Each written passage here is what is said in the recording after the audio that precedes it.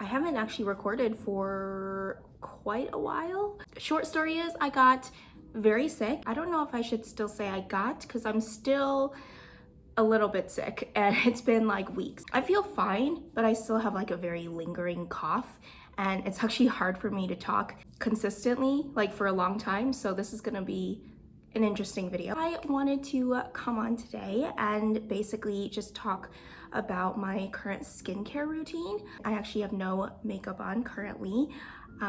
Yeah, this is my bare face. All I really have on is like chapstick, and that's really it. I have pretty normal to dry skin. I would say it's mostly normal. I do get pretty dry around my mouth, and randomly I get a little bit oily like on my eyelids. I would probably say the rest of my face is predominantly normal, just a little spots here and there. Now being winter, I am a little bit more dry. I also do not really have acne prone skin.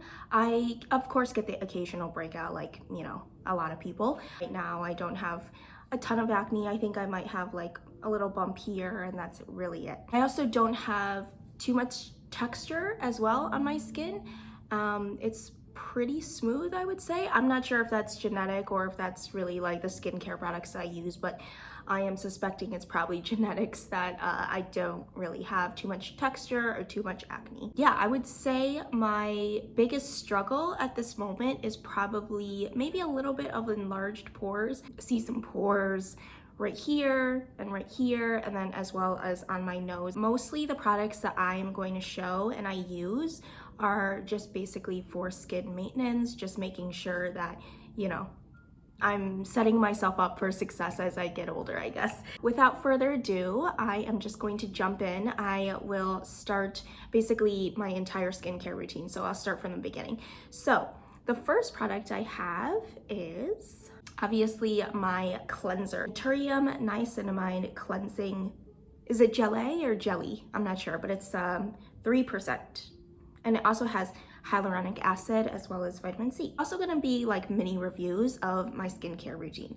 So I'm pretty happy with the state of my skin. I am, but you know, some of these products I'll actually talk about, you know, if I like them or not. I buy products and I wanna use them up even if they're not like the best product out there. I'll still use them. Like I said, I'm just trying to find the best product. None of these products I would say are like terrible or bad. Of course, if it's terrible and bad for my skin, I'd probably stop using it. All these are okay, but I'll talk about some that maybe I can see a little bit of improvement in. This is also a product that is okay.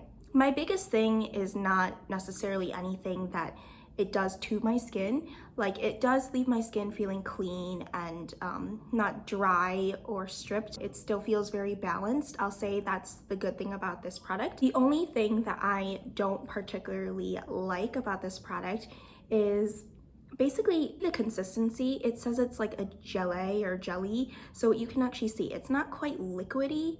Like, it's not quite falling like, you know, pure liquid would. It has definitely a jelly consistency, but that's not the reason that I don't particularly like this. It could be a factor, but mostly it's when I use my face brush. So my second product here is actually my face brush that I have been using for, oh gosh, probably the past 5 years. This is the Foreo.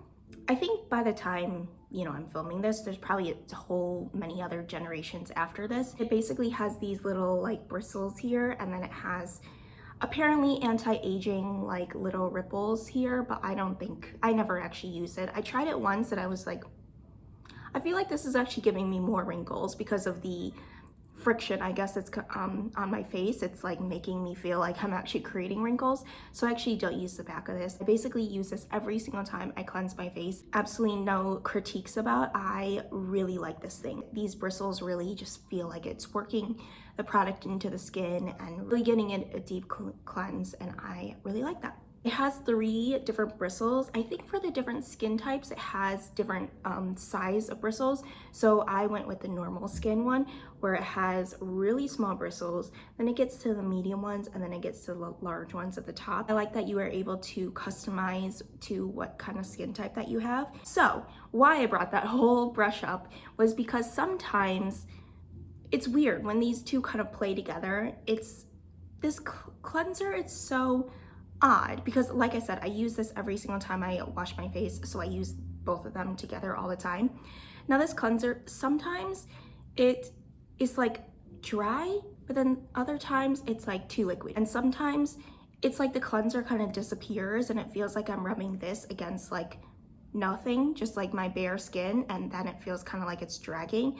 And then other times it feels dry, where the bubbles that it creates, it starts to feel like dry foam. I can't ever really quite figure out the ratio of water to cleanser to make it the perfect balance. I don't think I'll particularly repurchase this, but I don't necessarily see anything horrendous or wrong about it. I still think, you know, if you pick this up, you won't be too disappointed, but I just think that I'll still continue to buy other cleansers that I like a little bit more. The next step after cleansing, and this is just my morning skincare routine, so I've already taken off my makeup. Usually if I have makeup on, I'll do like a double cleanse.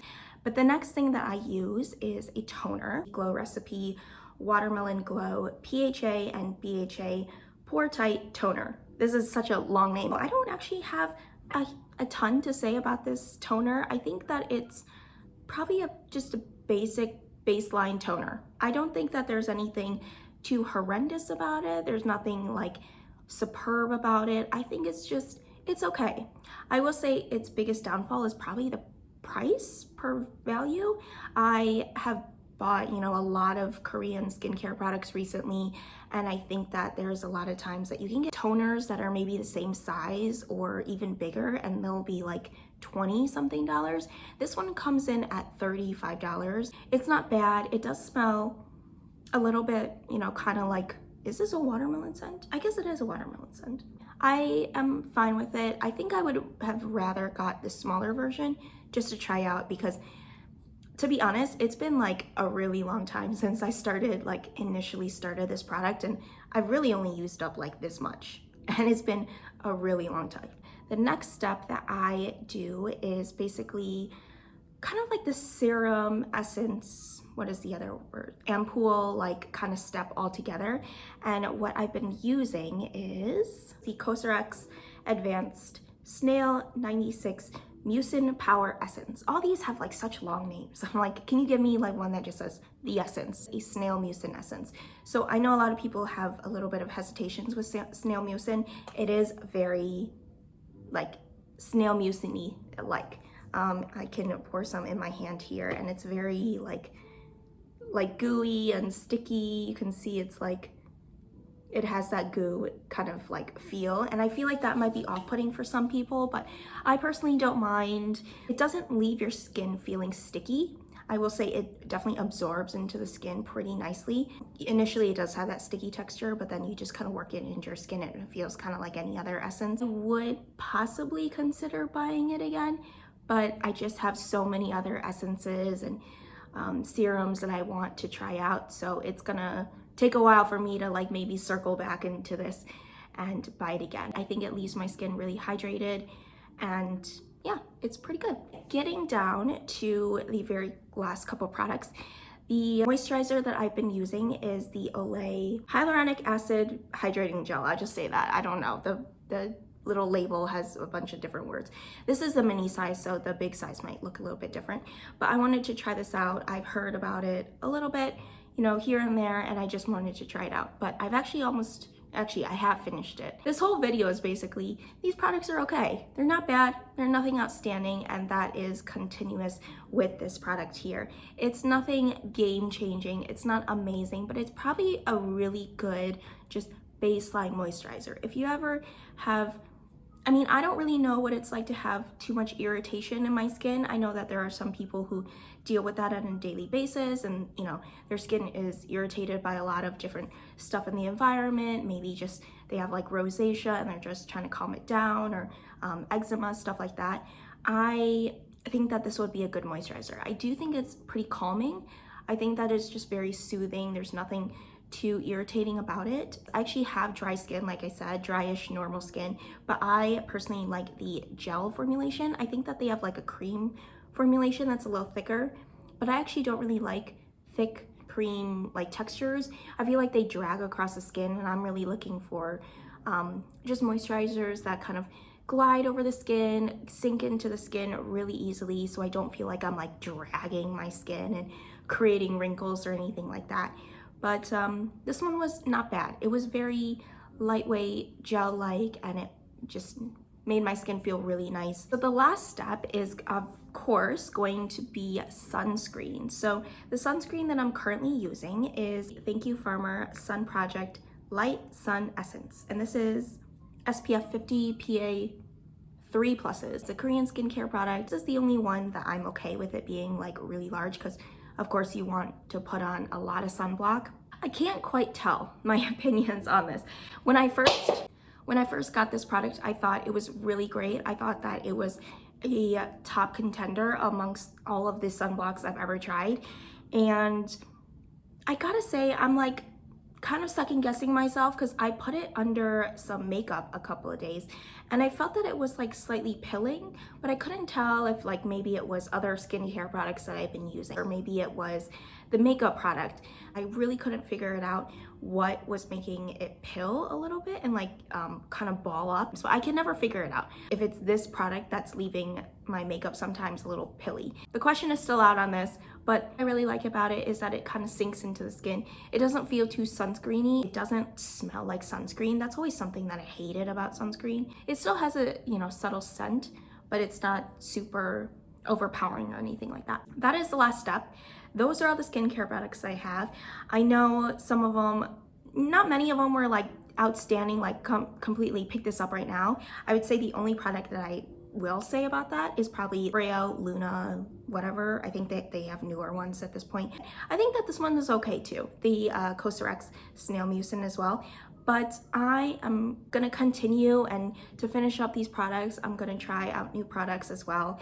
But I really only buy new products when I finish some up, so don't expect another video like this for a really long time, because this is probably gonna take me like the next 6 months to use. Very happy with the state of my current skin. I think it's quite even and quite, you know, bouncy, and I get a lot of compliments on my skin. A lot of people say I have really good skin, so I am pretty happy with that. I've been talking for quite a while, probably like half an hour, so I think I'm going to leave it there. That's it. So thanks for watching, and I'll see you guys later.